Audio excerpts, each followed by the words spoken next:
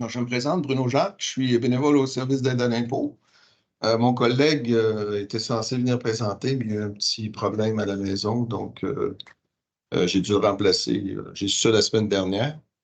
Alors, c'est pour moi qui a préparé la présentation comme telle. J'ai pu lui donner des commentaires, mais bon, c'est un travail d'équipe, là. On va commencer, j'espère. Oui, ça marche. Bon. Alors, il y a beaucoup de choses à couvrir aujourd'hui. On va commencer par pourquoi faire nos impôts. Des exemples courants de bénéfices à faire les impôts. Un aperçu des étapes de calcul, les grandes lignes des calculs qui se font lorsqu'on fait nos déclarations de revenus.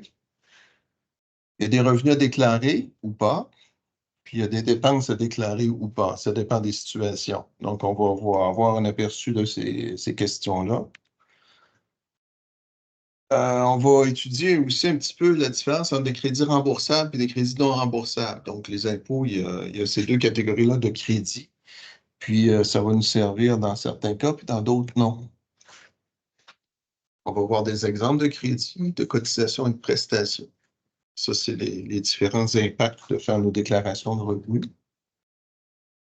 Pour faire ces impôts, qu'est-ce qu'on a besoin? Qu'est-ce qu'on doit avoir en main? Qui envoie mes relevés? Puis, les dates importantes à retenir lors du processus de faire ces déclarations. Enfin, la fameuse question, comment produire ces déclarations de revenus? On en a parlé un petit peu déjà. Puis conserver, mais c'est conserver vos papiers lorsque vous utilisez, parce que le gouvernement peut toujours vous demander des preuves de paiement ou tout ce que vous avez déclaré. Donc, pendant 6 ans, vous devez garder toutes vos informations écrites. C'est 6 ans. Oui, c'est 5 ans après, donc ça fait 6 ans qu'on garde. C'est bon? Oui. Un petit peu plus fort parce que sur les centres paiement, Un petit peu plus rigide?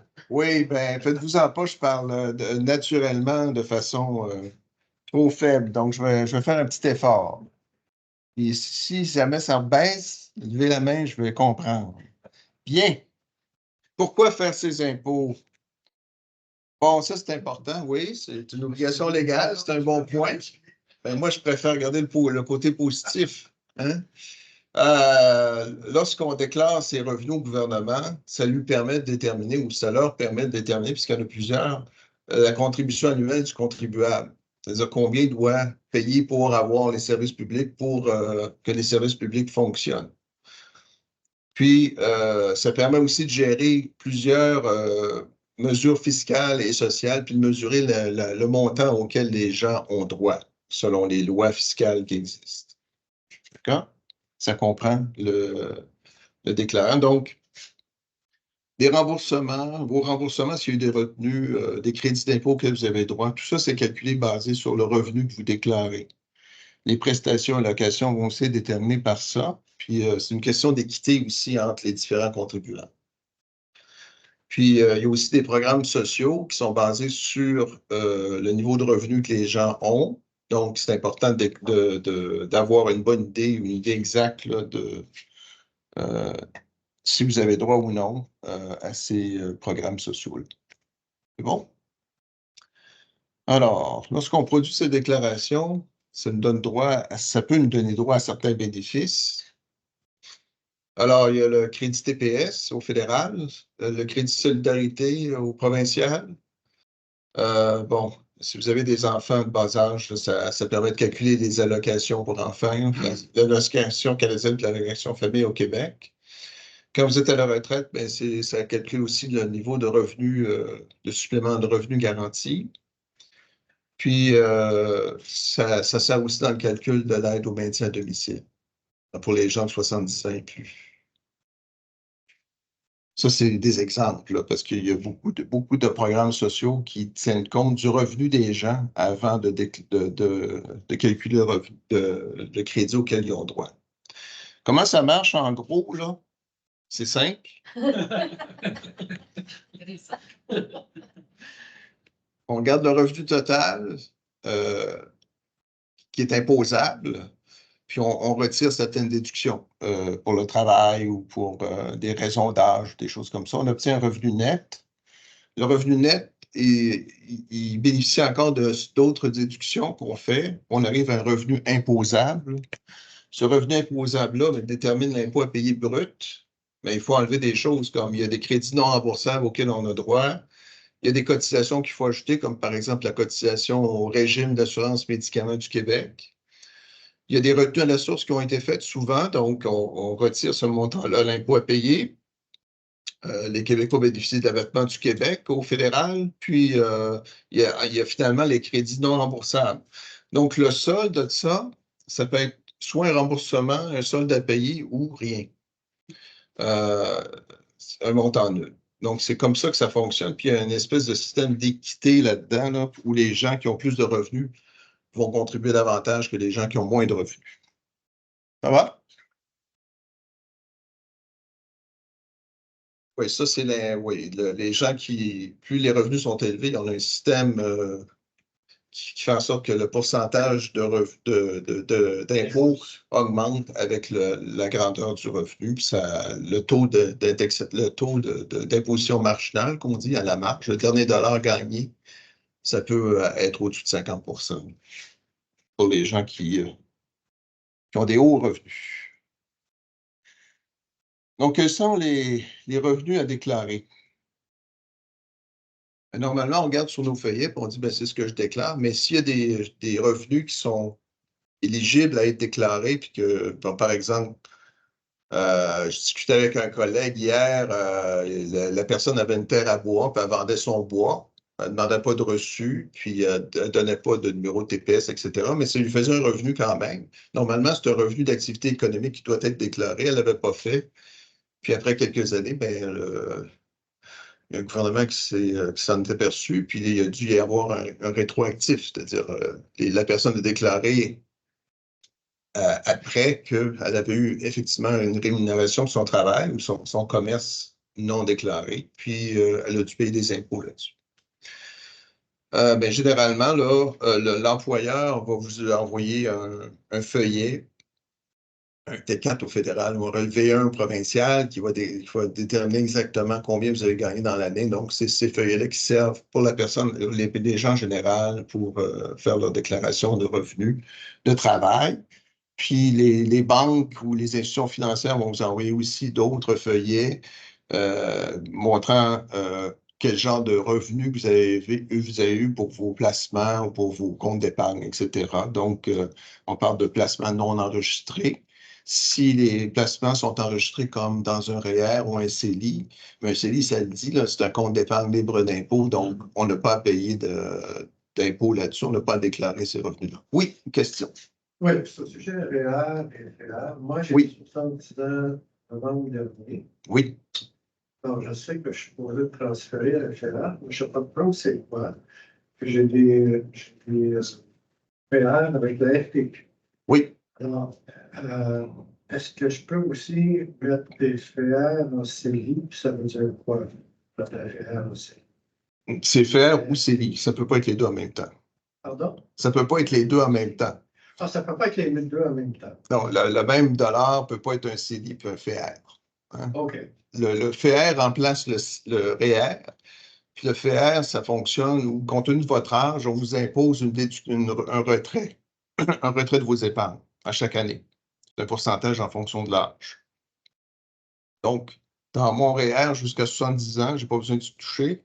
Mais à partir de 70 ans, là, ça se transforme en FER automatiquement, je pense.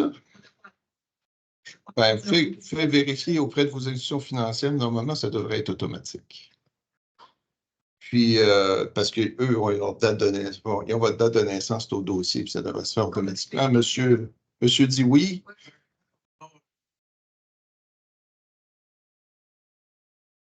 Oui. Oui. Ce compagnie-là change Oui. L'étiquette. Oui. Ça fait que le seul changement, dans le fond, c'est que on est obligé à sortir d'un FER, un montant du FER à tous les ans. Dans le fond, ça, c'est les mêmes règles que le REER. Exact. C'est-à-dire que les rendements sur le fer ne sont pas imposables. Par contre, on doit vider son fer à un rythme minimum là, imposé par la loi, selon votre âge. Tu as dit les rendements sur la ferrasse. Non. Tant qu'ils restent dans le fer, ils ne sont pas imposables. Mais toute sortie du fer, là, à ce moment-là, ça devient un revenu imposable. Vous allez recevoir des feuillets de votre institution financière en conséquence. C'est bon? Pour ce qui est du CELI, ça peut être retiré n'importe quand, puis c'est libre d'impôt. Donc, les rendements ne sont pas déclarés. J'ai jamais entendu quelqu'un dire des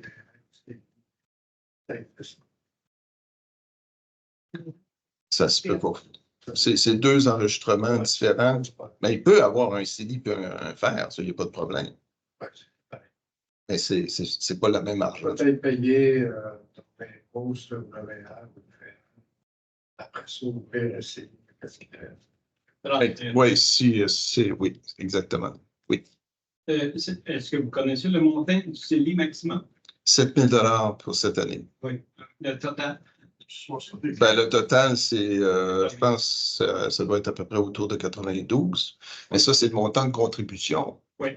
Alors, moi, je peux avoir un CELI de 150 000, là, il n'y a pas de problème, dans la mesure où mes contributions, oui, on fait, puis tous les rendements que j'ai eus sont restés dans mon CELI. Puis, ça peut augmenter.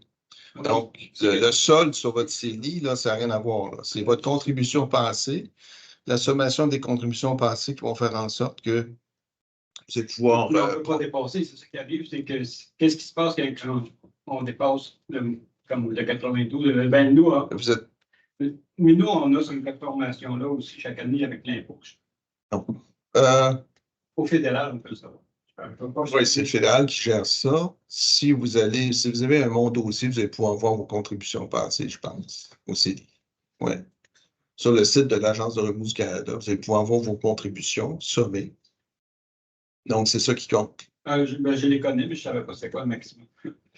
C'est parce que ça change chaque année, et là, il y a c'est-à-dire, la contribution annuelle est passée de 6 500 à 7 000 cette année. Ah, OK. OK? Ça, c'est... Mais le montant total. Le montant total de votre solde dans votre CELI peut être n'importe quoi, parce que vous avez mal investi votre truc, ça peut valoir zéro maintenant, même si vous avez mis 100 000 dedans. C'est rétroactif, parce que je pense à quelqu'un qui gagnait, mettons, là, 6,49 pourrait prendre 92 000 puis le mettre en CELI, vu qu'il avait jamais mis le CELI. C'est dans la mesure où la personne avait 18 ans lors de la création du CELI. Ce qui est le cas de tous nous autres ici, je pense. Sauf peut-être madame. Je pense que c'était pas les c'est ça. Mais oui, effectivement, c'est cumulable. C'est bon? Oui. Bon, ça, c'est vos revenus de pension sont imposables, les retraits horaires vont faire aussi. Puis, bon, si vous touchez de l'aide sociale, c'est aussi imposable. Oui. Les anciens CRI sont devenus des FRBR. Pas l'idée de les vider beaucoup plus rapidement que le REER, ou bien le REER est devenu un honnêtement, je ne sais pas. Les calculs que le gouvernement fait avec le CRI, c'était pourquoi? Je ne suis pas trop au courant de ça. Le CRI, c'est un ancien fer qui relevait du fédéral. Les compagnies qui relèvent du fédéral, comme PRL Canada. Oui. Donc, c'est à l'équivalent. C'est un régime d'épargne retraite. On avait un FRBR qui était l'ancien CRI. OK. Il y avait un REER aussi. OK. Il y avait un REER puis il y avait un CRI. OK. Puis ce CRI-là est devenu un FRBR et apparemment, il faut le vider le plus vite possible parce que quand on arrive sur les 15,80, le calcul est tellement énorme qu'on peut se rembourser avec 40-50% de la valeur du portefeuille en une année de revenus. C'est parce que ça va devenir, ça vous oblige à tout retirer d'un coup, c'est ça? Avec les calculs en vieillissant, les taux de rendement, non pas les taux de rendement, les taux de prélèvement. De prélèvement, OK. Sont rendus exorbitants. OK. Donc, ils ne calculent pas 1 sur l'âge, ils calculent 10, 15, 20, 30, 40% de ton montant. Donc, ça nécessite un retrait actif. C'est quoi si tu calculer ça comme ça, alors que ailleurs, on le calcule de la façon normale. C'est spécifique à un prix. Ouais, honnêtement, je ne peux pas vous aider là-dessus parce que je ne suis pas au courant du détail de cet outil-là, là, désolé. Mais comme vous dites, si effectivement, il vous oblige à retirer rapidement d'un régime enregistré à sortir ça puis mettre ça dans un régime, là, vous allez payer de l'impôt à chaque retrait. Vous êtes mieux de planifier ça d'avance parce que le faire est beaucoup moins agressif en termes d'obligation de retrait. Donc, l'idée, là, c'est d'essayer d'aplanir son revenu le plus longtemps possible pour éviter de changer de bracket, comme on dit, de taux d'imposition marginale, parce que ça peut faire mal. Oui. Oui, une question un petit peu en fait. Mais je suis rendu, supposons, à 92 000 dans mon CELI. Oui, de contribution, la valeur du... Oui, c'est ça. Comment on fait pour savoir notre contribution? Ils ne séparent pas, ils mettent. Non, c'est parce que le seul que vous avez, c'est un total de vos contributions plus le rendement. Oui. Donc, ça ne veut rien dire. De votre contribution passée, là, on a déterminé que l'Agence de revenu du Canada, là, dans ses données, puis si vous avez mon dossier fédéral, est-ce que vous avez accès à ça, mon dossier fédéral? Oui, j'ai déjà eu ça dans le passé, oui. OK, on va trouver le mot de passe, puis une fois qu'on n'a pas oublié, et de la mémoire, on peut rentrer dans mon dossier, puis il y a une section CELI, puis là, on peut voir ses contributions passées. Puis là, vous comparez. Là, si vous voulez savoir quel rendement vous avez eu, vous pouvez faire la différence entre votre sol. C'est pas le rendement, moi, c'est parce que, supposons que je suis rendu à 92, mais j'ai contribué juste 75. J'ai le droit à contribuer quand même. La différence, absolument. Et là, c'est ça, je veux savoir où je suis rendu.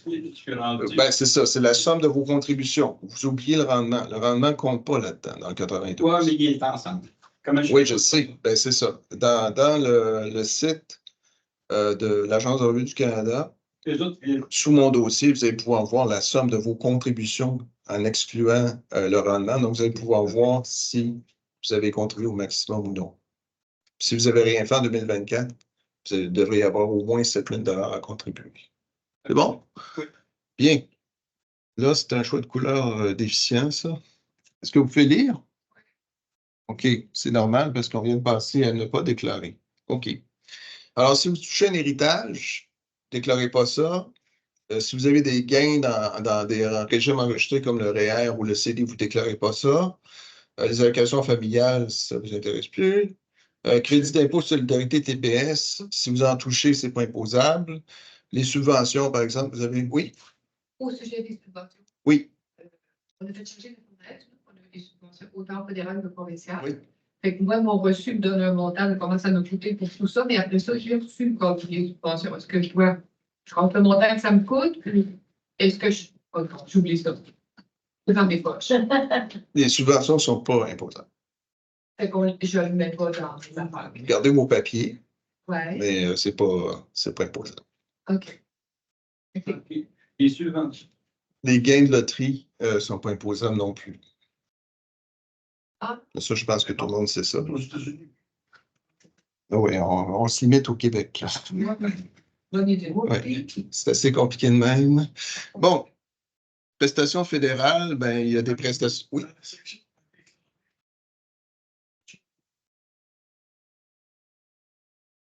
Aide sociale? Attends, je vais... Non, je me demandais par rapport à l'opposé, à ne pas déclarer quand vous avez les petits héritages. Là. Oui. On hérite de résidence. Oui. Une résidence principale. Une deuxième résidence. En fait, si tu as déjà la maison que tu hérites de la maison de ton père, oui. C'est imposable, ça. Là. La maison de ton père, c'était. Tant qu'elle n'est pas vendue. Ah. C'est quand c'est la vente. Normalement, la façon dont ça fonctionne, c'est que lors du décès d'une personne, cette personne-là doit produire une déclaration de revenus. Puis, la personne qui s'occupe de la déclaration de revenus assume que tous les biens imposables sont vendus. Comme par exemple, si la personne a un portefeuille d'actions, on liquide le portefeuille d'actions, puis tous les gains en capital vont être imposés à la personne décédée. Alors, ce que vous allez hériter, c'est le produit net de ça, c'est après impôt. Donc, vous n'avez pas à repayer cet impôt-là. Pour ce qui est de la résidence principale, lorsque vous savez sans doute qu'une personne qui vend sa maison au moment où elle est décédée, c'est sa résidence principale, c'est un gain non imposable. Donc, normalement, à moins que je me trompe carrément, là, ce gain-là, ce gain de capital-là n'est pas imposé à la personne décédée, puis vous héritez de la valeur nette de la succession. À ce moment-là, votre héritage est clair d'impôt. Encore, Jusqu'avant pas. quand il va signer avant, mettons 5 ans plus tard, S'il hérite la maison, puis là, il se retrouve avec 2 résidences principales, c'est compliqué. Mais j'ai lu un article comme quoi, dans la mesure où vous ne vendez pas les 2 maisons la même année, il est toujours possible de répartir le gain en capital d'une façon assez nette. Mais si vous vendez la maison lorsque vous en héritez, il n'y a pas de gain puisque ça a déjà été payé, ça a déjà été payé par la succession.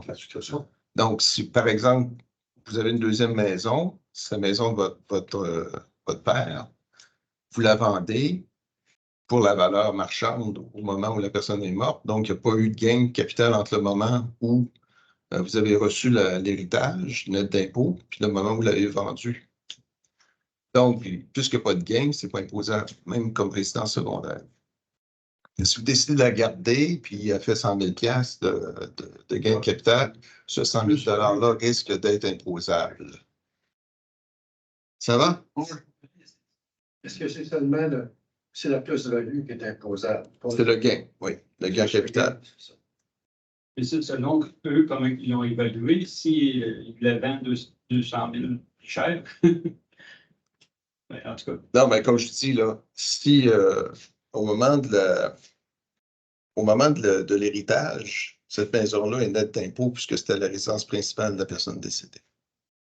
Donc, son gain qu'il a fait, supposons qu'il l'avait acheté 10 000 puis il a vendu 300 000, le 290 000 de gain en capital n'est pas imposable puisque c'était sa résidence principale. Donc, la personne part avec un 300 000, elle vend 300 000, il n'y a pas de gain en capital. Donc, encore une fois, pas de gain en capital, pas d'impôt à payer. Puis là, je pense que j'ai un petit problème informatique. J'ai trop joué avec. Next. Ah, OK, c'est bon. Excusez-moi. Problème réglé. On avait passé ça? Oui. C'est bon? Bon, on avait vu là, au fédéral la façon dont ça fonctionne, le régime de pension du Canada, le régime de sécurité de la vieillesse, puis le supplément de revenu garanti ce sont des programmes fédéraux qui vont être modulés en fonction de votre revenu total, puis au Québec, il y a la Régie des rentes du Québec. Les dépenses. Qu'est-ce qu'on peut déclarer comme dépenses? C'est vraiment dans certains cas. Certains cas, c'est au pluriel. Les fameux médicaments, là, ça va dépendre, est-ce que vous travaillez ou non, puis quel pourcentage de vos revenus, parce que le premier 3 de vos revenus imposables, c'est à votre compte. Là.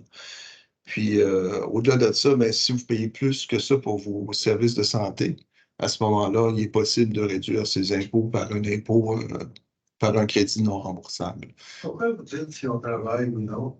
C'est parce que les médicaments, il y a plus, ben, c'est compliqué. Là. Il y a un crédit spécial pour les gens qui travaillent, puis il y a un crédit normal pour les gens qui ne travaillent pas. Non.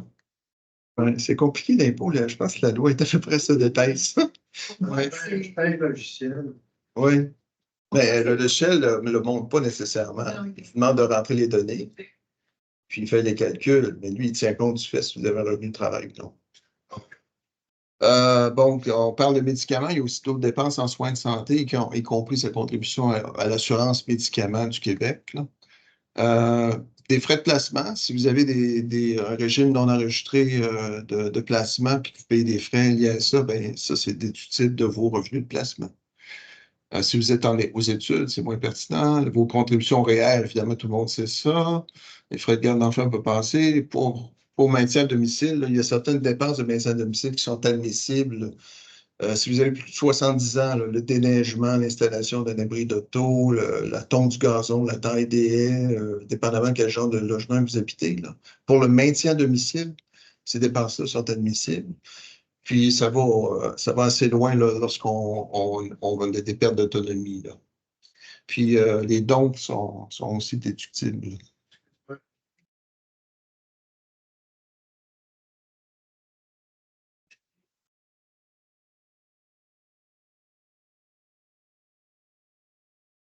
Les personnes handicapées, il y a déjà des programmes en place. J'ai entendu dire quelque chose pour l'épicerie. L'épicerie, ça, je suis pas au courant. L'épicerie. Il y a une allocation logement. Oui. Oups, excusez. C'est vraiment le maintien de domicile. Ma mère a encore 99 ans. Oui. Elle est encore dans sa maison, Oh oui, mais avec quelqu'un pour venir faire des repas. oui, Pour se demander si je peux venir. oui. S'il y a des reçus. Le travail au noir n'est pas récompensé. Non, la nourriture est exclue, mais le service de cuisine est dans les listes de choses. Ouais, le site web est très bien fait pour ça dans le Québec. Le maintien à domicile. Je vous invite à regarder les détails si ça vous concerne. Oui, Pour les aidants naturels, oui, comme mon épouse devient handicapée, oui. je pense pas que c'est moi qui pense pas. C'est ça. La question de l'époux, là, on en a parlé un petit peu avant la conférence, là. Il faut que je vérifie parce que ça m'est déjà arrivé d'essayer une personne était possiblement aidant naturel pour sa conjointe, puis ça passait pas, puisqu'il y avait un lien de conjoint. C'est parce que tu es déjà aidant naturel quand tu es marié. Ouais, je pense qu'ils prennent ça pour acquis. Ouais. Alors que. C'était pas un sujet que vous allez couvrir aujourd'hui. Ben, de l'autre côté, ils ont dit assistez donc à ça. Parce ouais. que vous allez avoir des c'est tuyaux pour l'impôt, oui. comme aidant naturel. Oui.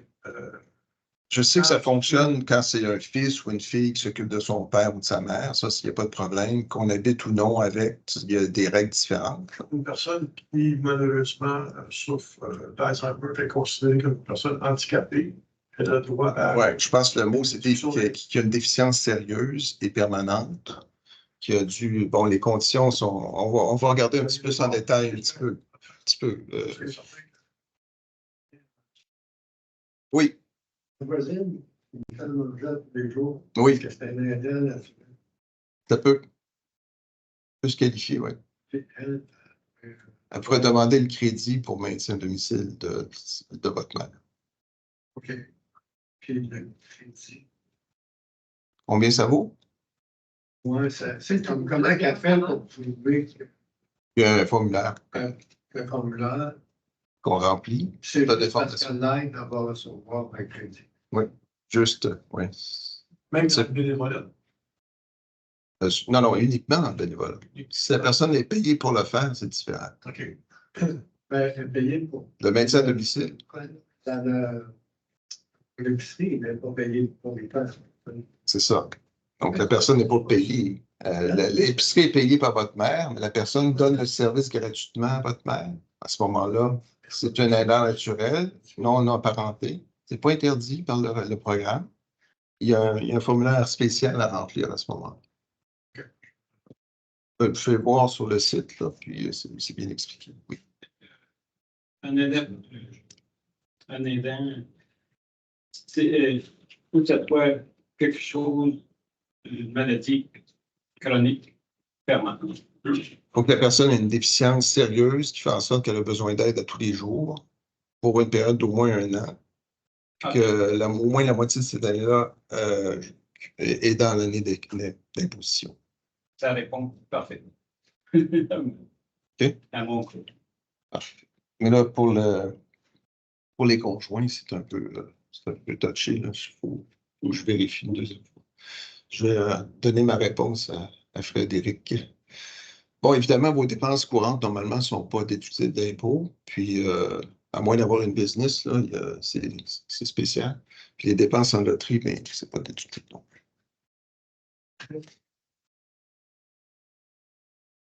Ceux qui sont éloignés, ils reçoivent le formulaire du propriétaire qui donne. Le relevé de 31. Je ne sais pas ce que c'est. Oui. C'est la partie des taxes qu'il paie à partir de leur loyer. Oui. C'est discutable d'impôt, ça. Donc, ça génère le crédit pour solidarité. Ah, OK. On va y aller. Je pense que si on couvre ça, nous, il y a beaucoup de choses qu'on couvre. Crédit remboursable, non remboursable. Bon, un crédit d'impôt remboursable, ça le dit dans le nom, là, mais c'est une somme que vous sera versée, peu importe si vous avez de l'impôt à payer ou non. Donc, ça ne sert pas juste à réduire de l'impôt, ça peut aussi servir juste de crédit, comme ce qu'on va recevoir dans son compte. Bon, l'exemple est bien choisi ici, les frais de garde d'enfants. C'est un crédit remboursable. Personne dans la salle. Non, c'est ça, je faisais un peu d'ironie, excusez-moi. Bon. Même chose, prestation fiscale pour revenus de travail, supplément remboursable pour frais médicaux. Donc, le mot le dit, le remboursable. Donc, peu importe si vous payez ou non de l'impôt, vous allez recevoir ce crédit-là si vous qualifiez. Puis, la formation, ça en a un autre. J'ai une ligne quand je fais les impôts pour ma mère qui dit, parce qu'elle reste loin de tout. Fait qu'à toutes les fois qu'il faut qu'elle aille soit à l'hôpital ou à son spécialiste pour les yeux, spécialiste pour les oreilles, et il faut toujours qu'elle paye là, pour le transport. Fait que je sais qu'on a le droit cette année à quoi 70 sous le kilomètre. Wow. On peut compter par rapport au transport et ça monte là-dedans. Ou ça monte dans la dernière ligne dans le coup de. C'est une excellente question. Ouais. Je vais la noter. Transport. Il y a une ligne, quand tu remplis ton affaire d'impôt, là, une ligne que c'est écrit transport pour quand tu as besoin d'être soigné et c'est trop loin de chez toi. Là. Moi, je pense que c'est plus de 200 km. Non, c'est moins que ça. Oui, ça. Je pense que c'est 50, à partir de 50. Okay. Mais elle, là, au départ, c'est beaucoup plus que ça. Donc, est-ce qu'il y a... Oui, non, c'est sûr. Ça fait des années que je le fais, mais je me demandais juste si je le mettais à bonne place. Ah, Parce que tu dis qu'il y en a un que, oui, il rembourse, et l'autre, c'est juste une déduction. Ouais. il y a certains, oui. Les non remboursables, c'est pour déduire son impôt. Ouais, c'est réduire son impôt à Mais payer. toi, les médicaments, c'est remboursable au fédéral. Il y a un supplément remboursable pour frais médicaux, effectivement. Au fédéral. Ok, c'est ça. Oui. Mais normalement, le logiciel va en tenir compte. Là. Vous n'avez Oui. pas besoin de vous casser. J'avais l'impression qu'au provincial, ça n'était pas pour ça. Effectivement, ben, il y a des frais médicaux qui le sont, mais ça doit dépendre de. Comme je dis, c'est pas moi qui ai fait la présentation, là, j'aurais dû vérifier ça, mais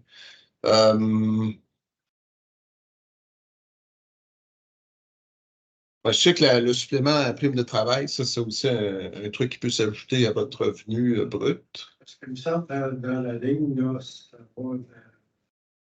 ça baisse tes impôts si tu en as à payer. Oui, ça, c'est la définition d'un non remboursable. Là. C'est non remboursable. C'est ça, ça dépend à quel moment ça réduit la chose.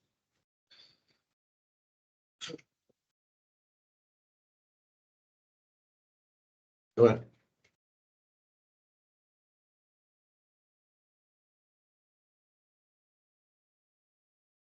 OK.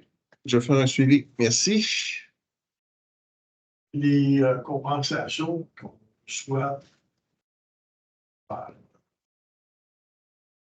l'Outaouais. Oui. Tu payes les frais pour participer à des études.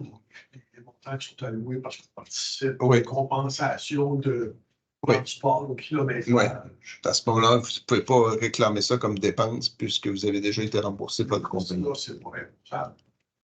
Il semble que non. Ça fait partie de recherche. La Ouais. recherche n'est pas importante. Mais les à côté, comme les remboursements d'hôtel, les remboursements de repas, les remboursements du kilométrage parcouru, ça non plus, c'est pas. Dans ma tête, à moi, tout remboursement de dépenses, c'est pas un revenu. C'est pas C'est une compensation juste et équitable de dépenses que vous avez assumées vous-même dans le cadre de l'activité. distance parcourue. Des fois.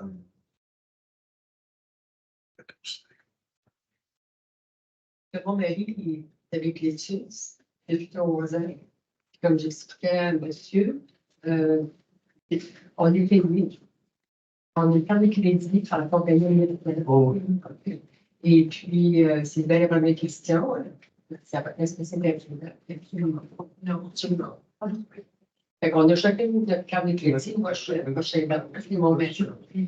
Et puis, à chaque fois qu'on vient ici, ou on doit aller à Montréal, à Petit-Can, on dépose un montant et puis on peut aller le chercher. Je suis bien curieux, là. Comment tu as fait pour te faire payer les hôtels pendant la clinique de mémoire? Pas besoin de faire ça. Ben, il faut demander la permission, puis il faut venir de loin. Ah, OK. Ça pas des vacances. Ça exclut la Floride, Disney World. Je vais essayer d'accélérer un petit peu parce que le temps passe, malheureusement. Donc, on a vu les crédits remboursables et les crédits non remboursables. Ça sert à réduire ses impôts et les éliminer. Donc, là, c'est ça, les frais médicaux apparaissent ici aussi. Donc, il doit y avoir des sous-ensembles de frais médicaux là, pour un et l'autre. C'est pour ça que la question du travail là, me trotte dans la tête. Là. Est-ce que, il me semble que j'ai vu ça il y a quelques années, c'était seulement dans le cas d'un travailleur que les frais médicaux étaient remboursables. Puis c'était dans le cas où la personne était, si la personne ne travaillait pas, les frais médicaux étaient non remboursables. Ça peut quand même réduire ses impôts, mais je n'ai pas un crédit remboursable. Les calculs qui sont certains crédits d'impôt, mais c'est pas remboursé. Dans ce cas-ci, il semble que les frais médicaux peuvent, dans certains cas, être remboursables, mais je ne connais pas les critères. Il faudrait que je vérifie. Ouais. C'est ça. Moi, je ne suis pas comptable, je suis juste économiste. Donc, le montant pour personnes handicapées aussi, là, c'est un crédit qui est non remboursable. Donc, si la personne est handicapée, mais ne paie pas d'impôt, ça ne sert pas à grand-chose. Le montant en raison de l'âge, 65 et plus, ça c'est pertinent ici, je pense. C'est non remboursable aussi. Montant pour époux, conjoint de fait. Le montant pour personne à charge admissible. Le montant canadien pour aidant naturel. Le montant canadien pour emploi. C'est tous des crédits non remboursables. Puis au provincial, encore une fois, les frais médicaux.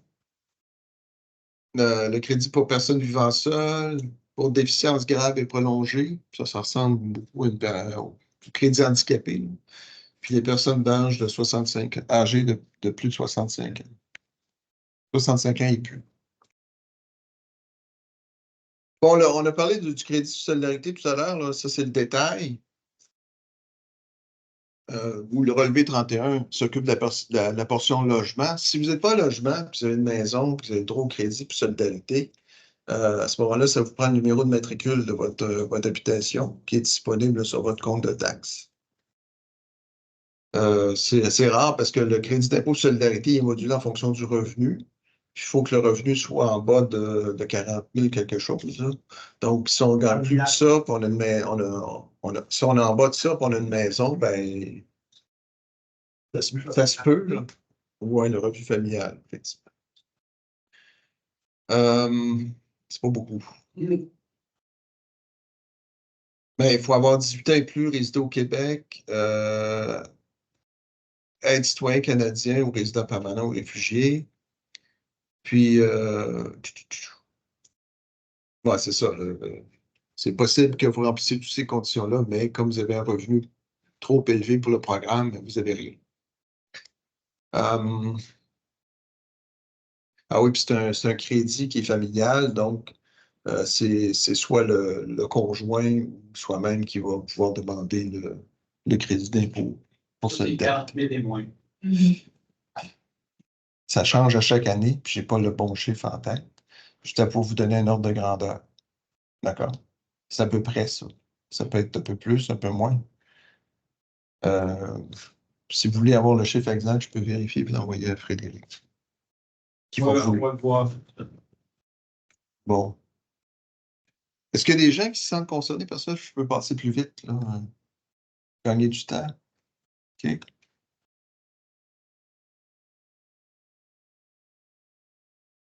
Pour notre clientèle, à nous, au Centre d'action bénévole, comme il y a une limite de revenus pour pouvoir bénéficier du service, presque tout le monde a ce crédit-là. Donc, c'est des gens qui ont un revenu faible à moyen. Bon, on parlait de fameux crédit d'impôt pour personnes aidantes. Donc, il faut que la personne soit majeure, atteinte d'une déficience grave et prolongée, des fonctions mentales ou physiques, ça peut être les deux, là, qui a besoin d'assistance pour accomplir une activité courante de la vie quotidienne, donc c'est à tous les jours. Puis, vous pourriez avoir droit au crédit d'impôt pour personne aidante. Donc, il y a deux volets. Vous pouvez habiter avec cette personne-là ou non. Donc, dans le cas où une personne aidante cohabite avec la personne majeure atteinte d'une déficience, le crédit d'impôt, c'est 1 383 par année. Puis, il peut y avoir un montant supplémentaire de 1 383 si vous achetez des services pour la personne en question.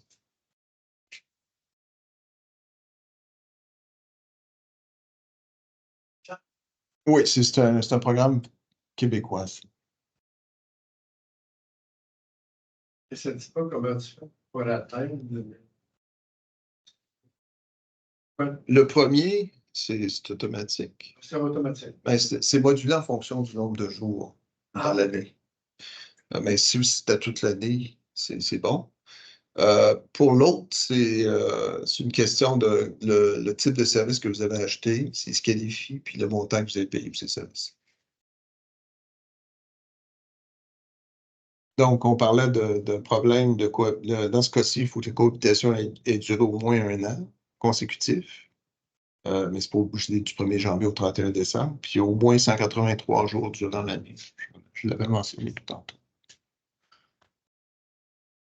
Puis la personne a résidé au Canada toute l'année. Bon. Là, il y a le lien de parenté là, qui. Je sais que c'est quand c'est un enfant, il n'y a pas de problème. Enfant-parent, il n'y a pas de problème. C'est dans le cas de conjoint. Là, C'est qui où le conjoint? où ça? Cohabitation a eu lieu dans une habitation. Donc, vous ou la personne aidée, ou votre conjoint, le conjoint de la personne aidée, OK. Donc, l'habitation, là, faut qu'elle soit, c'est un logement ou une maison qui appartient ou qui est loué par soit la personne aidante, soit vous-même, soit le conjoint de la personne aidante, ou soit votre propre conjoint. Pour le logement. Le lien entre la personne aidée et la personne aidante, c'est pas ça. C'est l'endroit où ça a lieu. Alors, si la personne habite un RPA, pardon?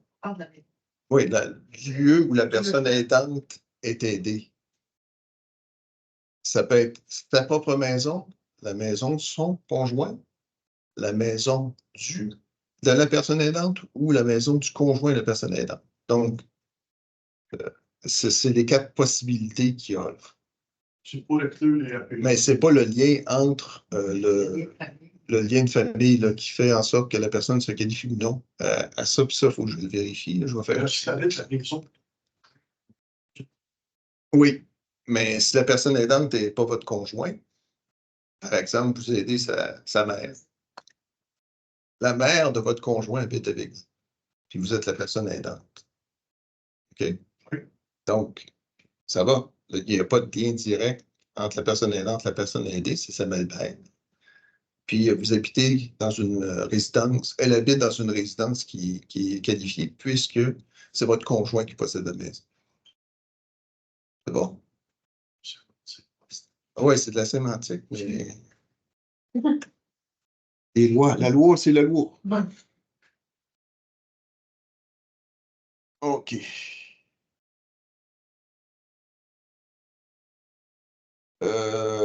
Ça, c'est intéressant parce que ça spécifie, là, on parlait de personnes aidantes cohabitantes. Si vous ne cohabitez pas, ce qui est le cas de la madame, à ce moment-là, le montant se limite à 1 383. Il n'y a pas de supplément.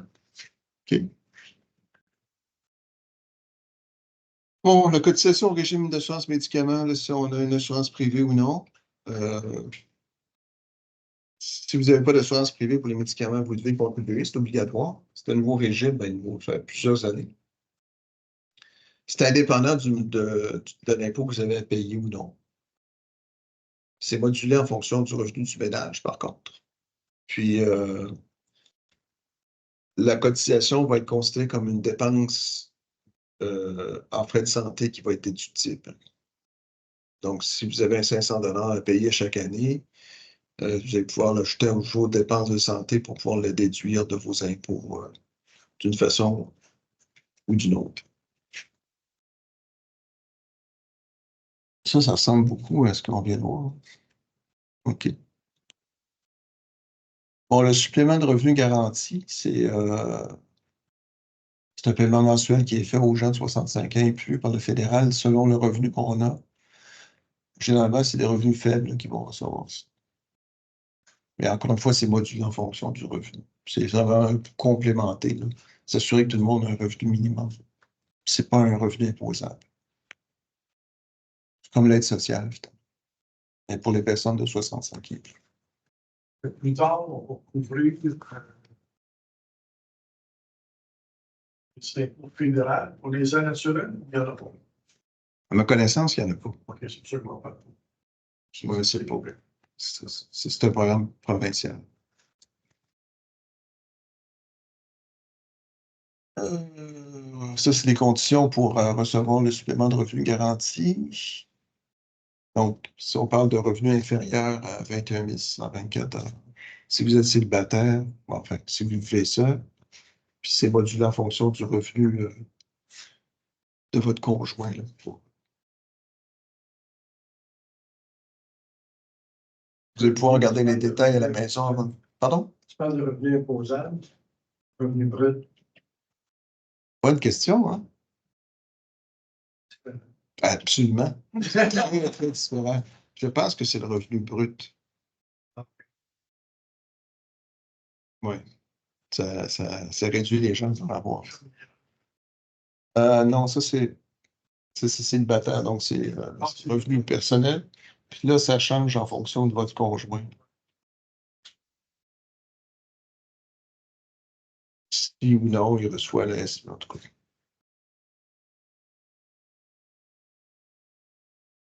Bon. C'est écrit petit, ça? Je vais vous laisser lire ça à la maison. Ben, le message que cette image-là vient, là, c'est faites vos impôts pour pouvoir avoir droit à ça. Parce que si vous ne faites pas vos déclarations de revenus, vous n'y aurez pas droit. Mais c'est le processus, là, quand vous avez 65 ans. C'est lorsque vous avez 64 ans, un mois plus tard, vous allez recevoir une belle petite lettre disant vous avez peut-être droit à. Puis là, vous lisez la lettre, puis vous agissez en conséquence. Ça va? Y a-t-il d'autres déductions à la source due à l'âge qui arrive plus tard que 65? Des déductions, vous dites? Ouais, la déduction pour l'âge, à peu près de 5 ans, dans 2500 et plus de déduction de base. Là. Il n'y en a pas d'autres plus tard, à 70 ans. À 70 ans, c'est le fameux programme de maintien à domicile qui rentre en force. Oui, mais il n'y a pas de déduction à la base. Oui, je pense que la personne a raison. Il y a un crédit qui a été augmenté il y a 2 ans, qui est à 2000 $ maintenant. C'est un crédit remboursable qui est à 2000 $ pour personnes âgées. Puis je pense que celui-là rentre à 70.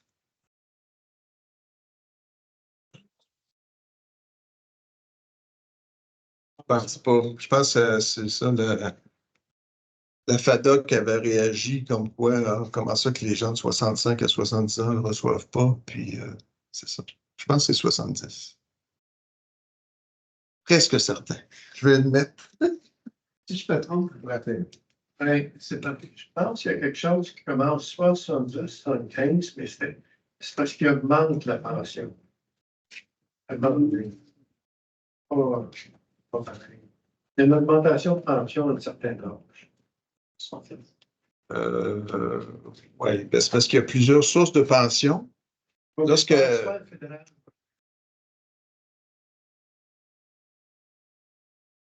Ouais.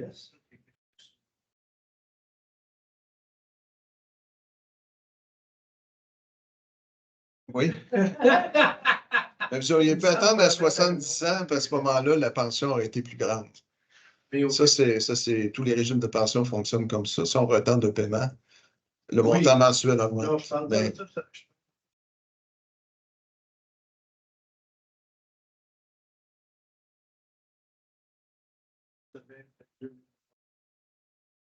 Oui, c'est 70. C'est 70? Oui. Oui. Avant, elle était à 400 ce crédit-là. Il montait à 2000 d'un coup. Là. Ça fait beaucoup d'heureux parmi nos clients. Oui, ça. C'est ça. Je pense que c'est un crédit remboursable, donc c'est pas mal certain. À 90 %. Donc, il y a une marge d'erreur. Et vous avez 69? J'ai eu 70. OK, un petit cadeau. Bon, Ça, c'est une déduction. ça m'ajoute un autre 5 %. Presque ça.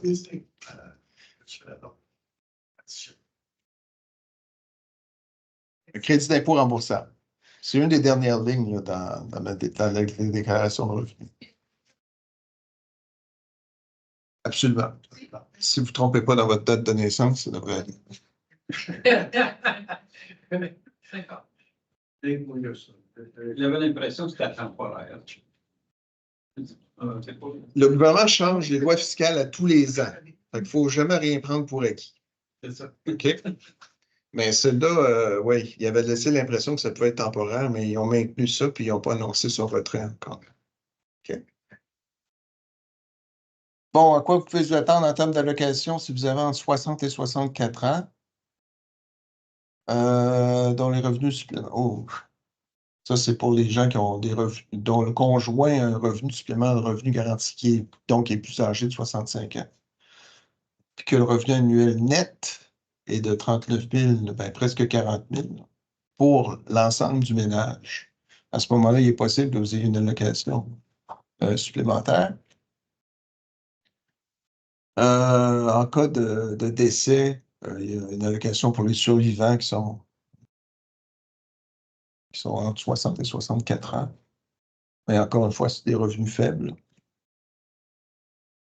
Il y a le programme d'allocation logement qui s'adresse à des personnes, des familles à faible revenu, dont le budget est trop occupé par le logement. Donc, il y a une possibilité d'avoir de l'aide financière à ce niveau-là.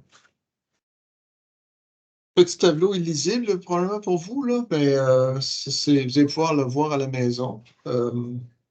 Ça, dépendamment de votre situation familiale, avec des enfants, en couple ou seul, etc., là, c'est le revenu familial maximal pour avoir droit à l'allocation. On ne parle pas de fortune ici. C'est vraiment pour les revenus faibles. Alors, un couple avec 2 enfants, là, on parle de 43 000 de revenu familial, à peu près. Pour une personne seule, 21 000 c'est vraiment pas grand-chose. Un couple, c'est 37. Un couple sans enfants, âgé de 50 ans et plus, c'est 30 300 $. C'est bon? Ça a l'air intéressé grand monde ici, donc on va passer à autre chose. Bon, comme je le disais, là, pour les gens de 70 ans et plus, là, il y a des services de maintien à domicile là, qui sont éligibles, le déneigement, service d'assemblage d'abris d'auto, ménage, entretien de terrain, livraison d'épicerie, repas d'une popote, etc. Oui, c'est bon. Les pensions. Il n'y aurait pas d'une papa. Oui, monsieur. Décide de ne pas acheter son épicerie chez IGA et se donner de la papa. Il y a une portion du prix. C'est ça. Pardon? D'ailleurs, dessus. La popote roulante, notre popote roulante fournit des reçus, puis une partie du montant déboursé annuellement qui va être déductible, qui va générer une allocation. C'est non remboursable. C'est une maintien à domicile. Ça comprend-tu de bordage? Non, ça, c'est spécifique. Dès qu'un restaurant est impliqué, c'est pas évident. Les livraisons de restaurants, la pizza, etc., les chinois, c'est pas bon. OK? Mais dans le cas de la voisine qui vient faire la cuisine, ça, je pense que c'est payé. Elle ne fait pas de reçu. Non, on a fait Mais elle paye. Bon, elle est payée sans reçu, donc en principe. Ah, c'est tout ce qu'elle paye. Donc, elle fait du bénévolat. Donc, OK.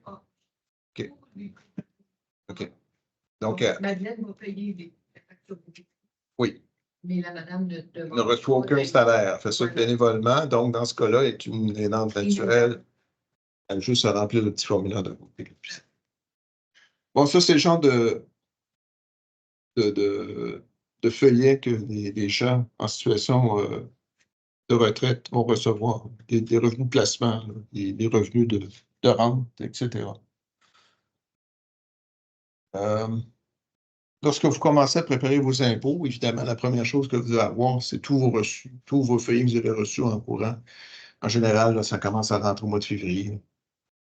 Mettez ça dans une boîte à chaussures, puis assurez-vous de ne pas perdre vos papiers. Il y a d'autres dépenses qui peuvent être au fédéral pour provincial. Là. Il y en a des séries. Dès que les logiciels peuvent tout être transférés automatiquement directement des deux gouvernements. Tout à fait. C'est vrai. Est-ce que vous avez tous mon dossier à jour? Oui? Tous? Je ne pense pas. Je ne pense pas. Mais effectivement, le gouvernement, avec les logiciels, on peut télécharger tous les feuillets que les gouvernements ont reçus. Parce que normalement, lorsqu'on émet un feuillet, le gouvernement reçoit une copie, puis le contribuable reçoit une autre copie. Dans le cas du relevé 31, c'est un peu différent.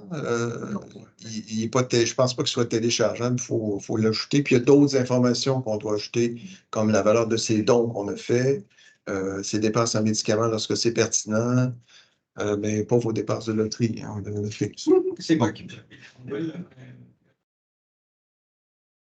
Oui, le relevé 31, c'est un relevé qui est produit par le propriétaire de votre logement, dans la mesure où votre logement n'est pas subventionné. Si vous habitez une maison, ça va vous prendre votre numéro de matricule, mais ça, c'est pour le crédit d'impôt pour solidarité, donc ce n'est pas un revenu relativement modeste, pour que ça soit pertinent.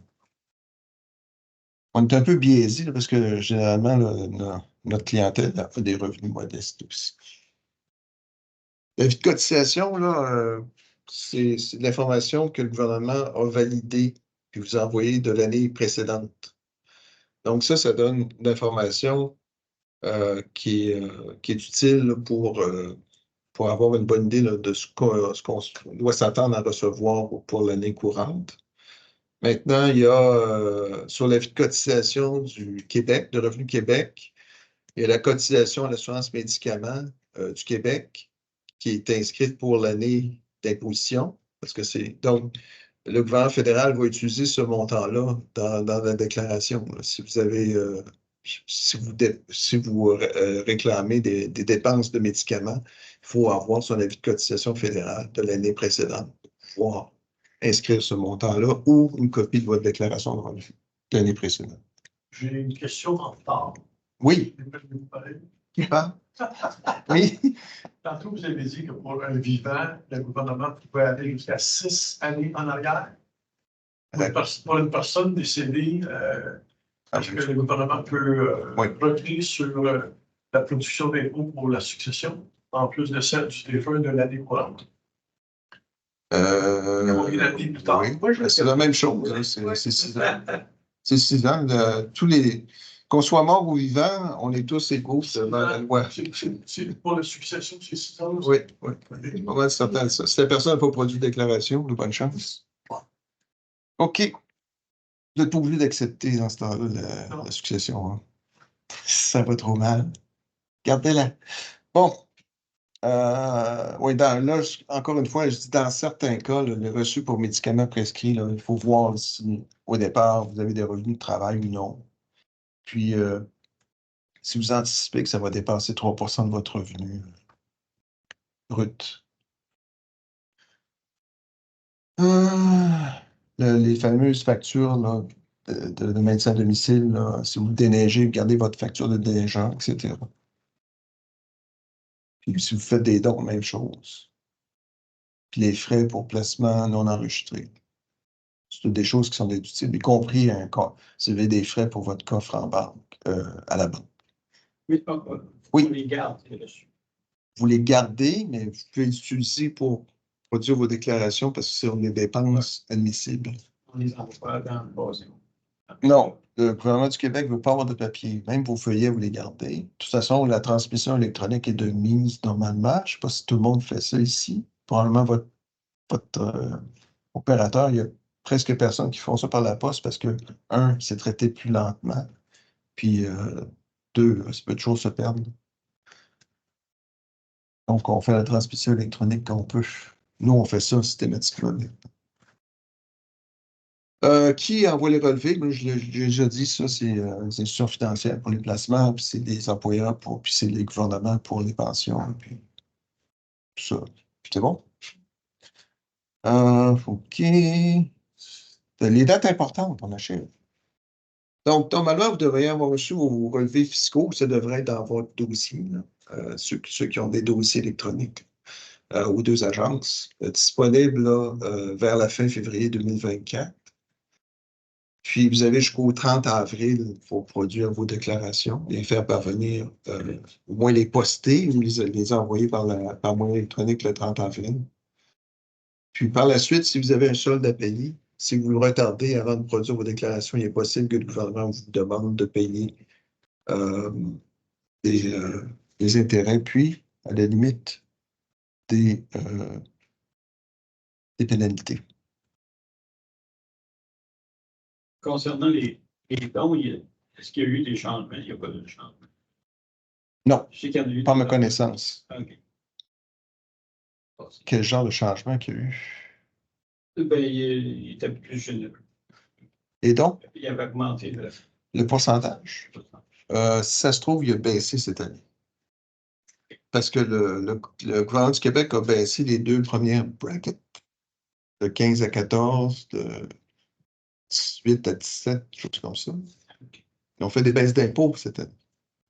Alors, les deux premiers paliers ont baissé, et les crédits qui s'attachaient au premier palier, comme les dons, ont baissé de la même façon. C'est les changements qu'il y a pour l'année 2023. Celle qu'on va faire dans les prochaines semaines. Les taux ont changé. C'est bon? Soit les cotisations, puis que les calculs que le système du gouvernement a fait à l'époque aux calculs que nous autres, on a fait. Oui. Et qu'on dit, Absolument. on a pas l'argent. Est-ce que l'intérêt calculé à partir du plan d'avril ou calculé à partir du moment où la cotisation a été mise ou on a une date ultérieure pour régler? Si vous le faites dès que vous recevez votre avis de cotisation, normalement, ils tolèrent ça puis ils ne chargent pas d'intérêt. Okay. Si c'est la pratique. Vous devez 32 piastres, mais ça fait comme 2 mois qu'on a fait notre rapport. Ouais. Si on le fait dans la semaine qui vient, on envoie un chèque dans la poste. Ouais. Si je devais accès à mon dossier, vous allez pouvoir le voir directement combien vous devez au moment où vous regardez votre donnée. Puis, si vous faites une transmission électronique du paiement, il n'y a pas de délai. Là. Donc, il devrait avoir de problème. Okay. Mais si vous regardez une copie papier, puis ça a pris une semaine avant de se rendre, puis c'est 32 piastres, ben, vous pouvez mettre 33, là, puis vous allez avoir un petit crédit à la limite. Okay. Mais si c'est 30 000, là, il faut peut-être la peine de leur téléphone. Combien je dois exactement? Donc, ça, c'est d'autres. Il y a ImpoNet Québec, il y a TurboTax, qui sont d'autres logiciels. On a parlé d'Impôt Expert que nous, on utilise. Ça, c'est. Si vous le faites vous-même, là, il y a certains logiciels qui peuvent être accès gratuit.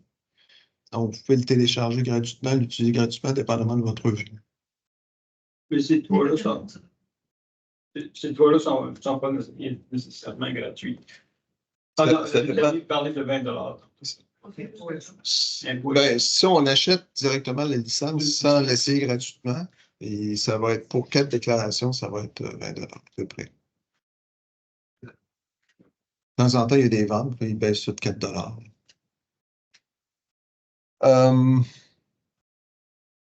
Bon, évidemment, il y a des compagnies spécialisées, puis vous êtes affaire avec une firme pour faire vos impôts. Ça, c'est une autre façon de le faire, si vous ne voulez pas le faire vous-même.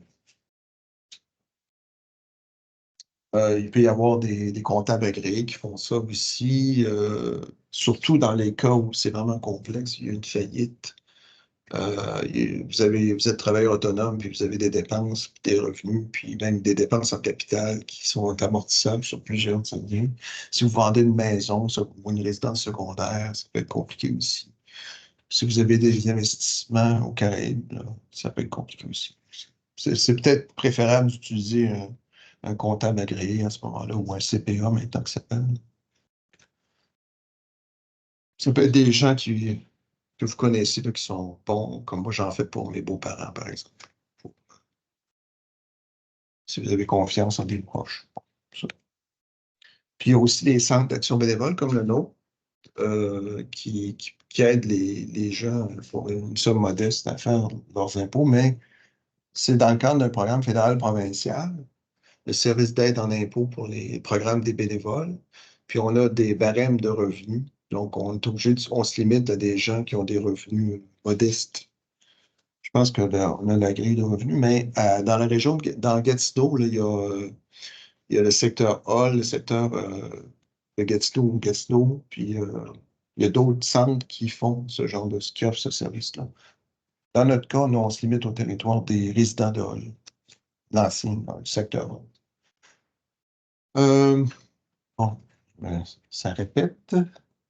Ça, c'est le programme dont je parlais. Il y a aussi des gouvernements. Les gouvernements. Oui, sérieusement, pas pour faire tout pour l'impôt. Oui. Si tu as un problème avec quelque chose, Oui, oui. c'est arrivé avec ma mère, Oui. ben, je téléphone. Oui. Puis là, je dis, qu'est-ce que j'ai telle situation, est-ce que vous pouvez m'aider? Là, il nous aide. C'est les services d'aide. Parce que donné, quand on a la ligne, c'est ça va bien. Pas de oui, ça arrive. Effectivement, il y a des services d'aide. Nous, on fait affaire avec eux. Oui, puis si eux ne sont pas capables de le faire, ils vont aller chercher le bon service. Ouais. Mais pour ce programme-là, pour donner une idée, pour un individu seul, on parle de revenu maximum 35 000, puis une famille 45 000. Oui? Nous avons pris, là, et on va recevoir un courriel qui va comprendre. Oui. Je ne sais pas combien de temps que ça va te prendre de faire ça, là, mais si si lundi. Mais si ce n'est pas lundi, ce ne sera pas de ma faute, ça va être. Ça peut tomber malade. Bon, ça, c'est une carte de la région, là. Vous pouvez voir votre rue, puis là, vous dire, ah, c'était à tel centre qu'il faut que j'aille. Bonne chance. Bon, ça correspond pas mal aux anciens secteurs de la ville de Gatineau. Ah oui, si vous avez une famille nombreuse, en plus d'un couple, on peut ajouter 2 500 $ par personne, surtout des enfants. Donc, ça nous arrive de faire des revenus familiaux de jusqu'à 60 000, parce qu'il y a beaucoup d'enfants. C'est rare. Ouais. Bon, ben j'ai fait mon pitch de... Ah oui, conserver quoi? Conserver vos documents. On l'a fait 6 ans. Puis là, c'est le temps de poser des questions.